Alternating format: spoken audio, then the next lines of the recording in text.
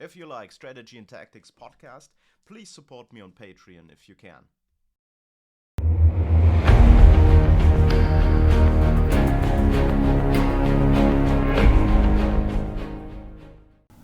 Welcome to Strategy and Tactics podcast. My name is Christian Feth and today is Mindset Monday, which means it is time for the next principle of extreme ownership, and that is cover and move. Cover and move. It is the most fundamental tactic, perhaps the only tactic. Put simply, cover and move means teamwork. All elements within the greater team are crucial and must work together to accomplish the mission, mutually supporting one another for that singular purpose. Departments and groups within the team must break down silos, depend on each other, and understand who depends on them. If they forsake this principle and operate independently or work against each other, the results can be catastrophic to the overall team's performance. Within any team, there are divisions that arise. Often, when smaller teams within the team get so focused on their immediate tasks, they forget about what others are doing or how they depend on other teams. They may start to compete with one another. And when there are obstacles, animosity and blame develops. This creates friction that inhibits the overall team's performance. It falls on leaders to continually keep perspective on the strategic mission and remind the team that they are part of the greater team and the strategic mission is paramount. Each member of the team is critical to success. Through the main effort and supporting efforts must be clearly identified. If the overall team fails, everyone fails, even if a specific member or an element within the team did their job successfully. Pointing fingers and placing blame on others contributes to further dissension between teams and individuals. These individuals and teams must instead find a way to work together, communicate with each other, and mutually support one another. The focus must always be on how to best accomplish the mission. Alternatively, when the team succeeds, everyone within and supporting that team succeeds. Every individual and every team within the larger team gets to share in the success. Accomplishing the strategic mission is the highest priority. Team members, departments, and supporting assets must always cover and move, help each other, work together, and support each other to win. This principle is integral for any team to achieve victory.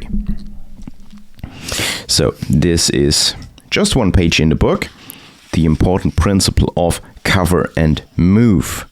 Let's get back to the most important parts of it.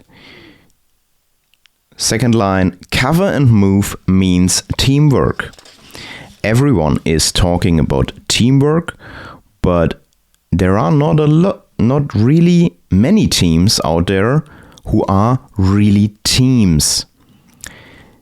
It is generally understood that teamwork is necessary to achieve goals because most complex tasks are too much to handle for a single human.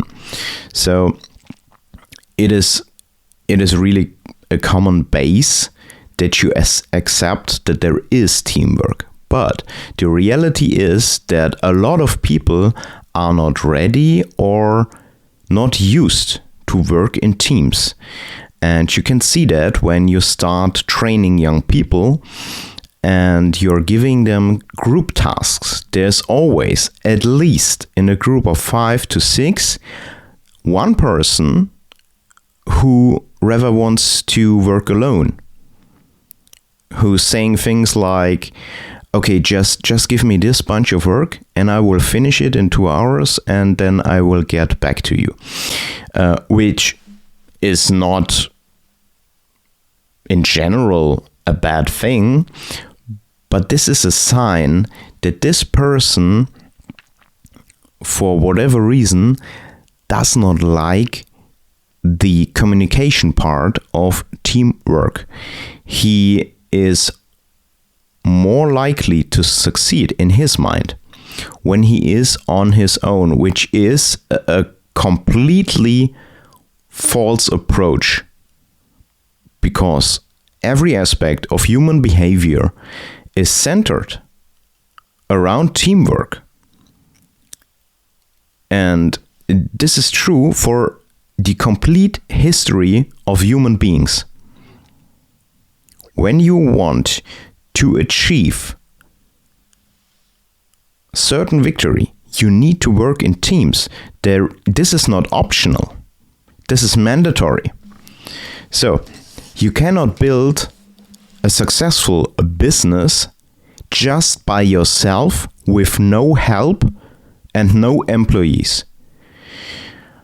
Perhaps you can offer a certain service to a certain amount of people, but your limits in every aspect are reached very, very quickly. So, again, teamwork is mandatory.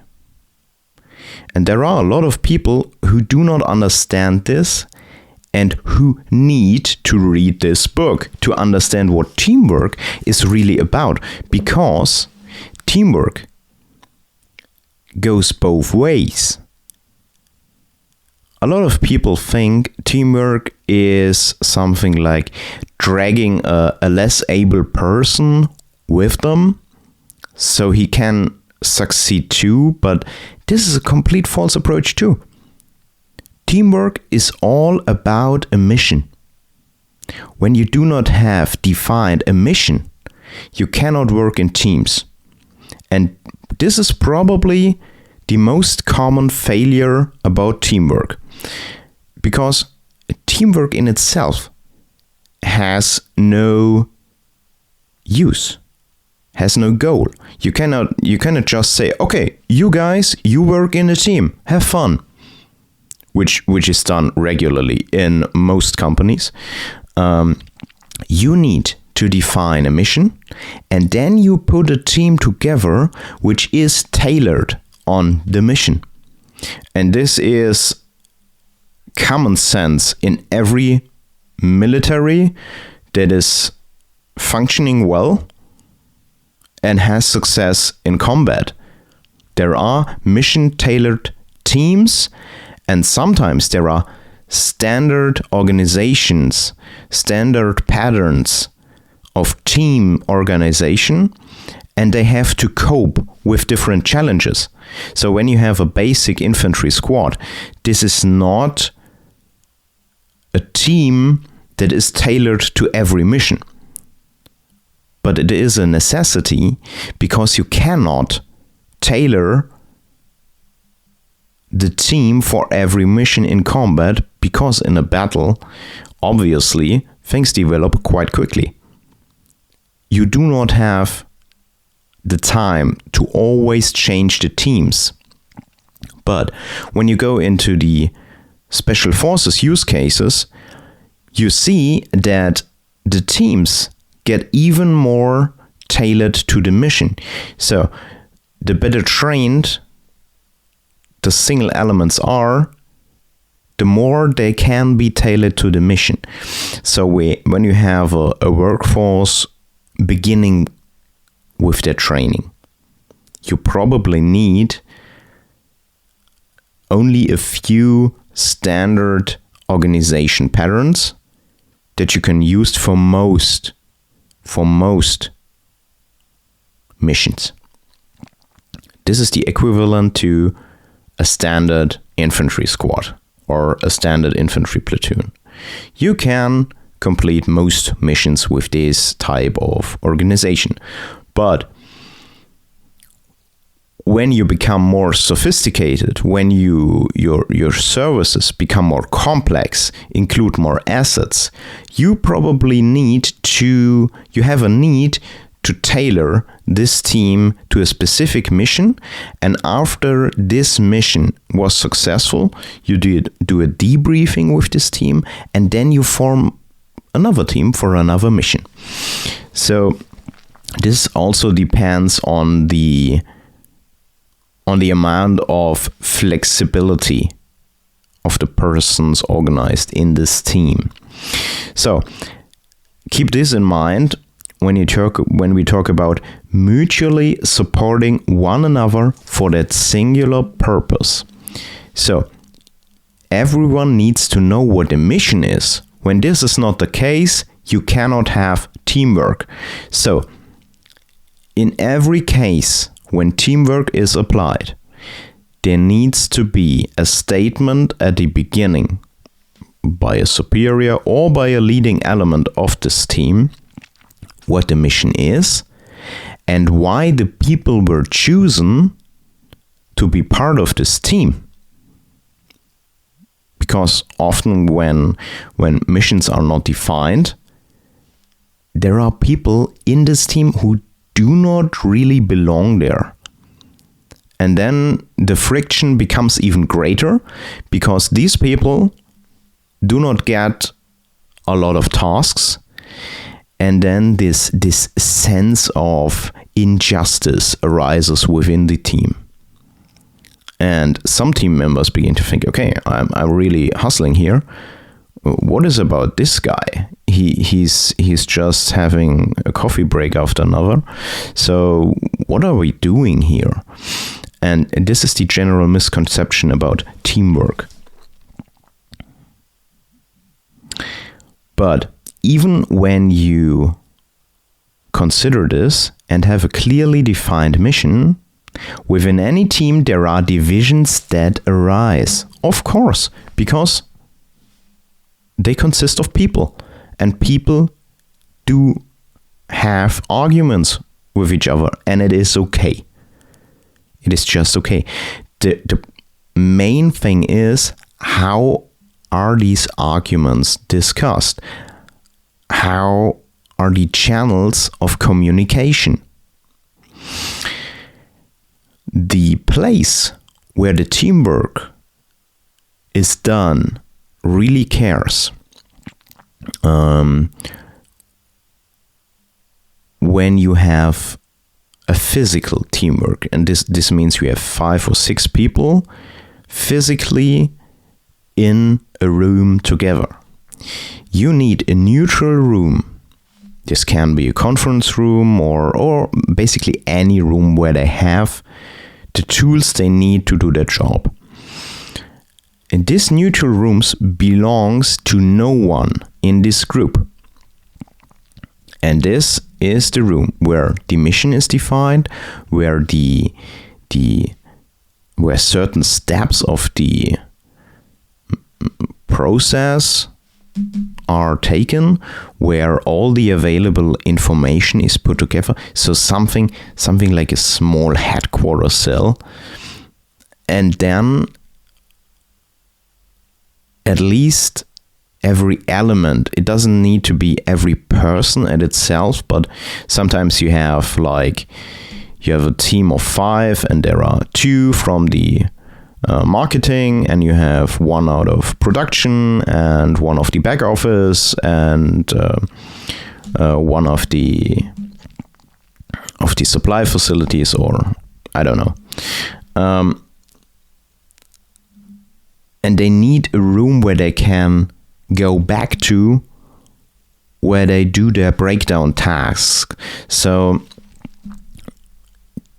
do not make the failure that you take a team, close them into a room and say to them, okay, you only get out when you have a solution.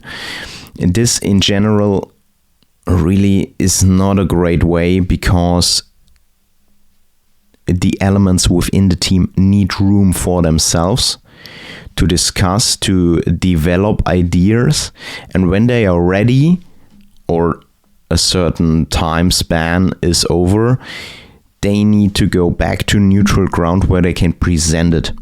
So you really need this process also separated in a physical way. And this probably is an issue for some teams when you work from home office, because Of course, you can do video conferences and stuff like that.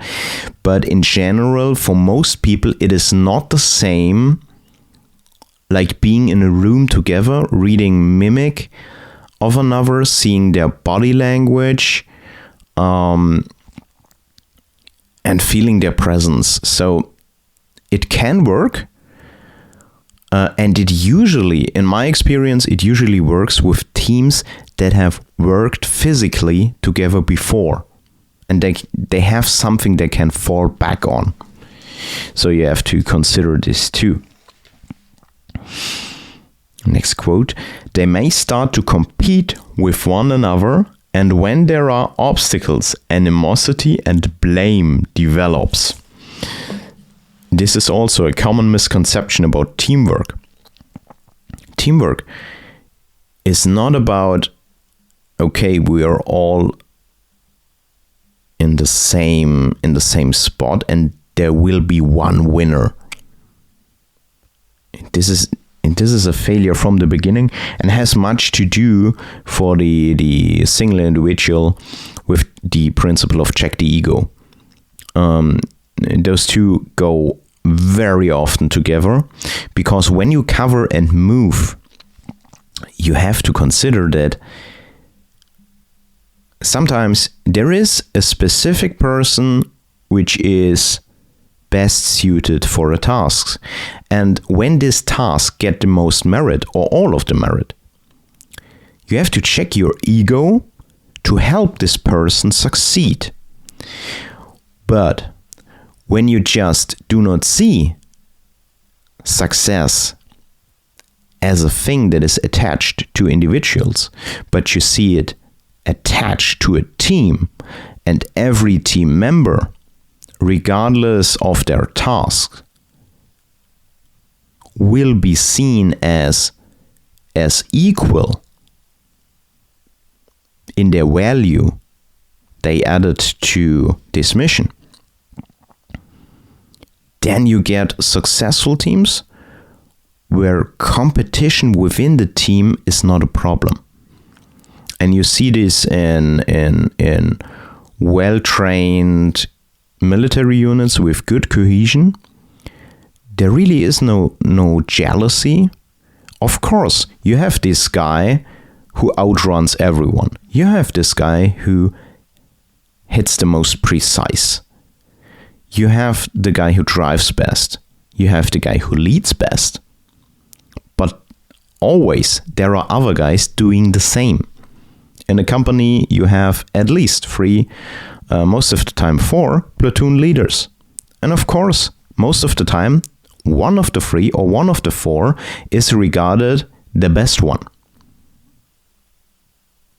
But when this leads to jealousy by the others or arrogance by the best one, it's not good. So the company commander needs to ensure that there is a teamwork frame and it all leads to the success of the company. And this is why most military commanders project this tendency of humans onto competition with other units. So the platoon leaders and the squad leaders and even the team leaders get a sense of, okay, we're doing this as a company and we're competing against the 3rd and the 4th and the 5th, and we will win. But the company commander needs to shift his focus when he operates on the level of the battalion, because he is also a team member of the battalion team with other company commanders. And this has to be in a very, very good balance. So he has no over competition within his company, but they are always regarding other companies as not as pure competition.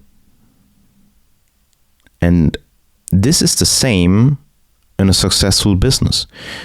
There you also have departments consisting of different humans and different teams, and you need to take this into consideration when you teach them cover and move. And what every team member needs to understand is that the whole team fails when someone is not doing cover and move. And you need to know that your colleague has your back every time. You need to know that. This is a very basic requirement of successful teams. So cover and move most of the time goes along with check the ego and basically leads to I do not only do my best to let the team win, I also do my best to let every team member win, and this leads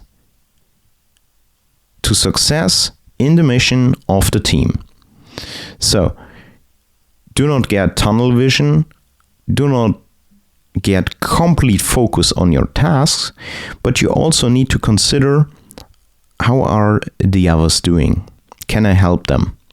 What can I do to improve our communication? What can I do to improve the work situation of my colleague? Is there anything?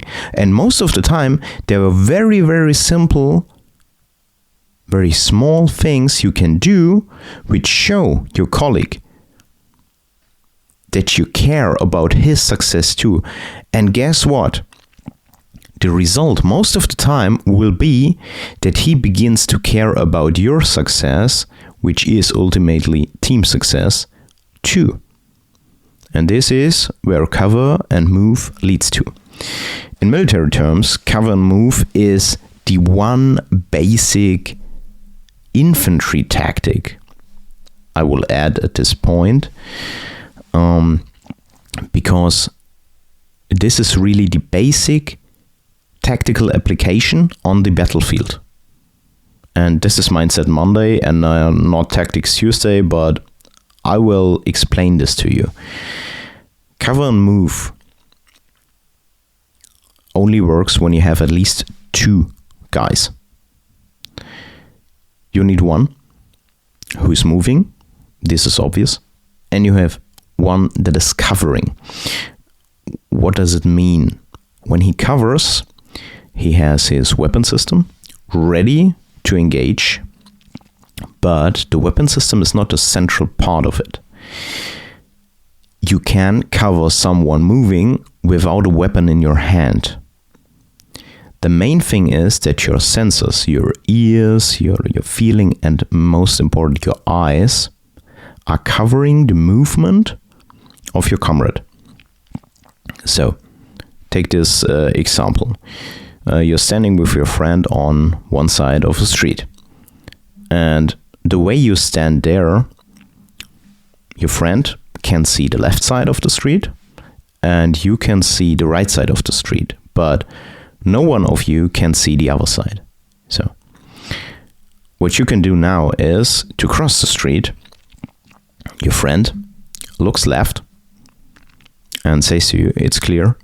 And you look right and say, it's clear, and your friend crosses the street and waits for you on the other side. And then he's yelling across the street to you, okay, it's clear. And then you take a look at the right, it's too clear, and you go along. What you just did is cover and move without a weapon. Cover and move, or fire and movement. Fire and movement is nothing else than cover and move. And this is a much misunderstood tactical principle. Fire and movement is not about firing. It is about being ready to fire. So, fire and movement is cover and move with a weapon.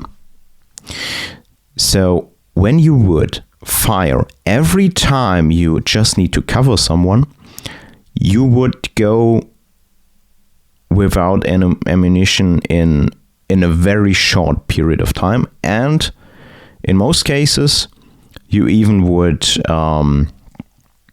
give out your position to the enemy.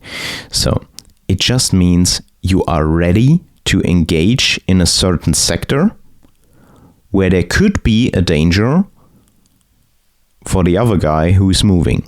So the first level where you can do this is the 2-man team.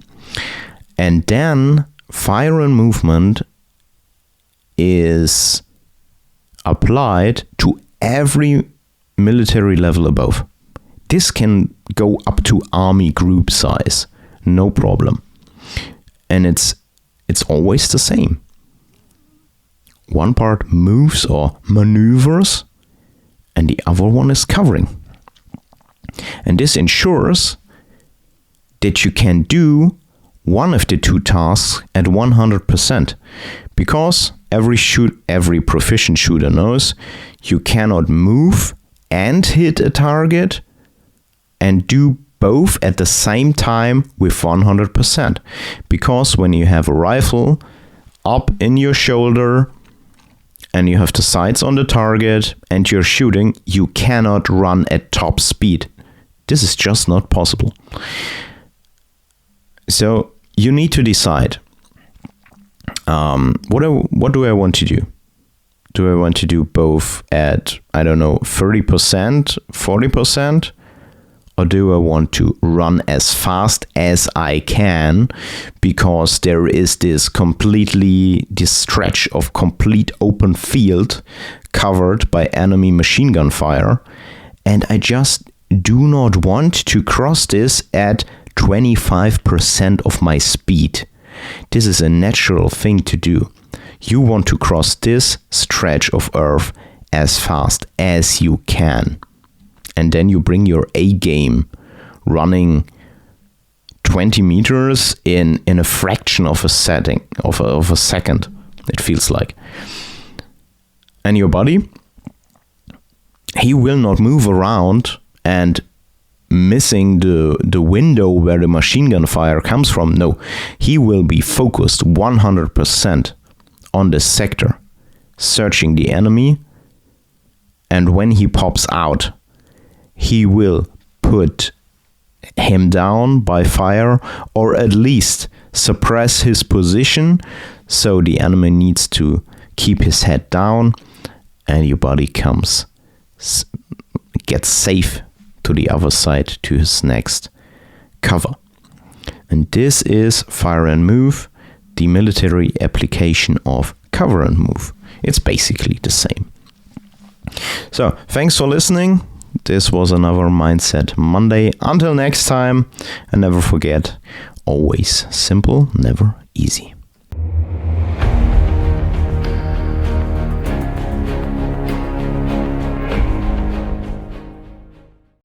If you like Strategy and Tactics podcast, please support me on Patreon if you can.